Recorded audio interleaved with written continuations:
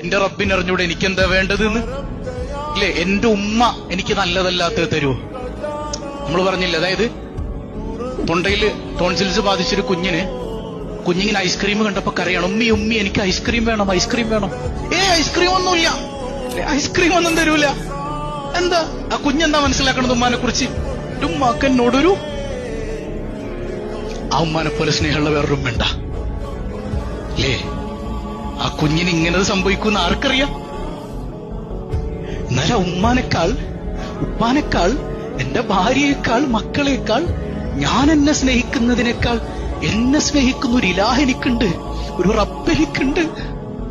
ഇല്ലേ? നിങ്ങൾ ചിന്തിച്ചു നോക്ക്, അങ്ങനെ ഒരു റബ്ബ് എനിക്കില്ലേ?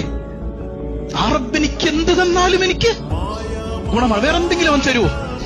എനിക്കെന്ത് തന്നാലും ഗുണമാണ് എന്റെ റബ്ബ് സയ്യിദുനാ റസൂലുള്ളാഹ്.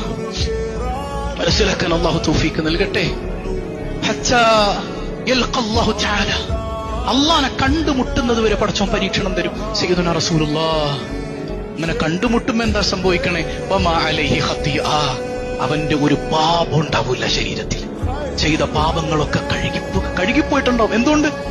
ഈ പരീക്ഷണത്തിൽ അവൻ ഇങ്ങനെ തൃപ്തിപ്പെട്ടതുകൊണ്ട്. എന്തു പാപവും അല്ലാഹു കഴുകിക്കളയും സയ്യിദുനാ വഹബീബുനാ റസൂലുള്ളാഹ്.